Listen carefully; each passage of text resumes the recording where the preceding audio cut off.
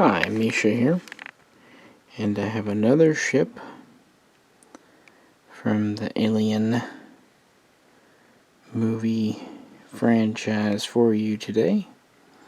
This is another die-cast model from Eaglemoss.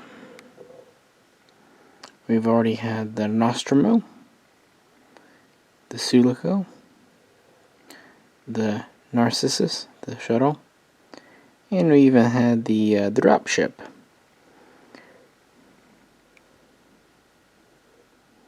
Now we have pretty much a near complete mystery. This is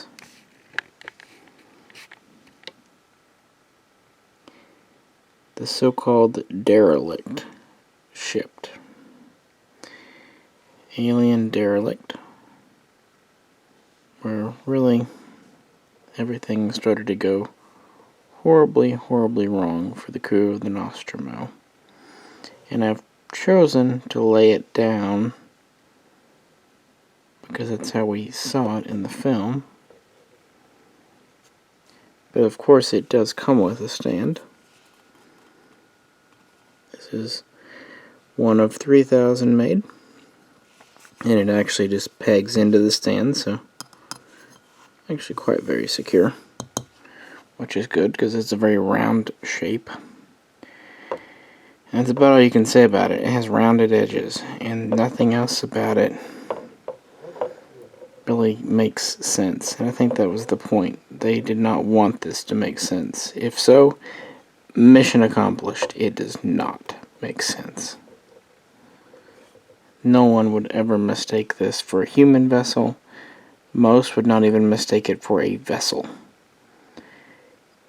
Frankly, some have called it a wishbone. I say it looks like something the cats got sick and horked up. It's kind of... It has an organic look, but not a healthy organic look. It looks old and decayed or rot or petrified. We don't know much about it. We don't even know the name of the race. We've always kind of referred to these as the Space Jockey or pilot. It's a tall, vaguely humanoid looking critter. The ship itself appeared to have like bone, cartilage. It really was more of an organic, and it seems to have crashed or landed on the moon ages ago. Thousands, some have even said millions of years, to the point it's kind of petrified or fossilized. I will point this out. You know, people say it takes a long time to fossilize. You know, on Earth this is true, but you know, that was an alien atmosphere, so Lord knows what an alien atmosphere would do and how it would interact with an alien organic ship. It could have kind of turned this way in 2 weeks, but it really does seem to be ancient. I mean, in the alien universe, they go into cryosleep, and Weyland-Yutani sent the Nostromo there, so they had to have received the distress signal, which actually was a warning beacon, kind of a contamination or hazard beacon. So yeah, let's run right into it. But anyway, they had to have been receiving it for quite some time, meaning the ship was sending its signal for quite some time, and obviously the pilot was long dead, and it was obvious that an alien burst out of his chest, and it too long died ago, because the only thing half alive were still some eggs in stasis. This kind of bridge module or top's kind of interesting. It's almost like an eye. It's a very organic-y looking ship. Has windows, and that's about the only thing. It also has some holes, you know, that the Nostromo crew used to get in. But there's actually debate even to which direction it flies. I thought this was the back, and the kind of the prongs, the pincers were the front. But some say that these are actually the back, the engine. There's definitely no clear sign Has kind of almost like wood, kind of cut off edges. Oh, it's just weird. But it is alien. It is distinctly an alien vessel.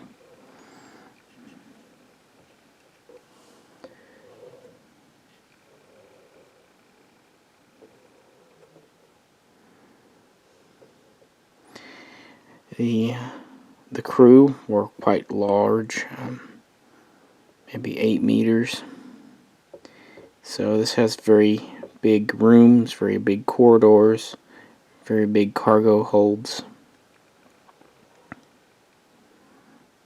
Just a massive, some have likened it to a cathedral type ship.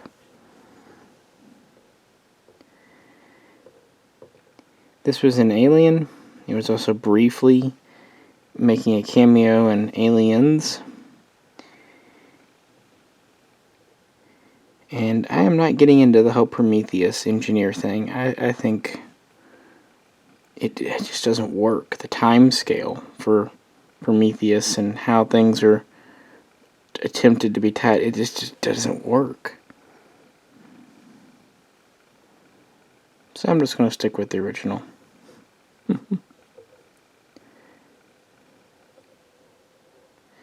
a relatively big ship.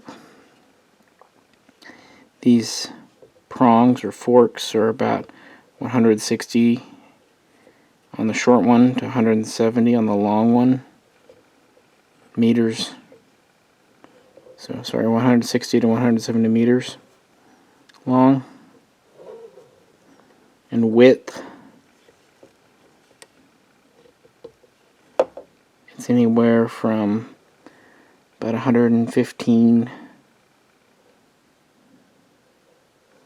wide, but really we don't know much about it because in the film there's just a few areas on camera.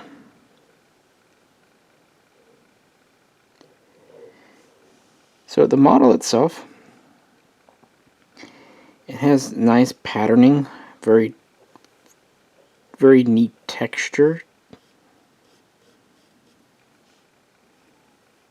It's somehow both rough and smooth at the same time, and this kind of eye type thing is very glossy smooth.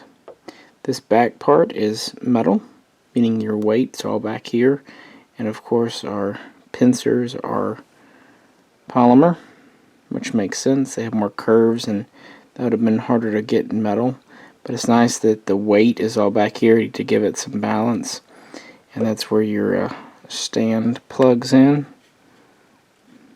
the little hole.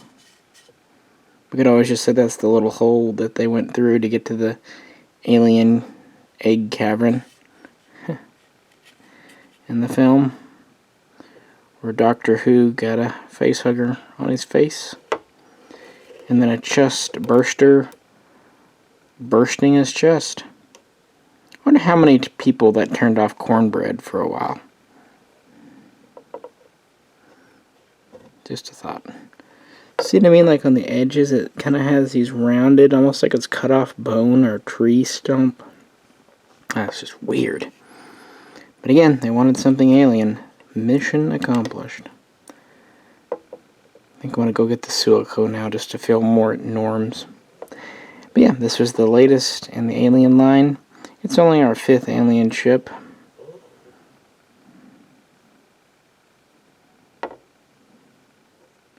And I've always found the whole Space Jockey story, coming to an alien world, finding this bizarre alien ship, and seeing this old alien corpse, and I love mysteries like that. I could have watched an entire movie just about them exploring the ship. It's also why I like the episode of Star Trek The Next Generation, Booby Trap, where they explore the ancient Permilian battlecruiser. So when Eaglemoss did that model, I was also equally excited. It's actually one of my favorite Eaglemoss models. And it's a little odd looking in and of itself. I just like ancient races. I think they're neat. Anyway, guys, this just came in, so I thought I would share it with you. Any questions or comments, please do post them below. And if you could, like, share, and subscribe. This is Misha, and I will catch you very soon next time.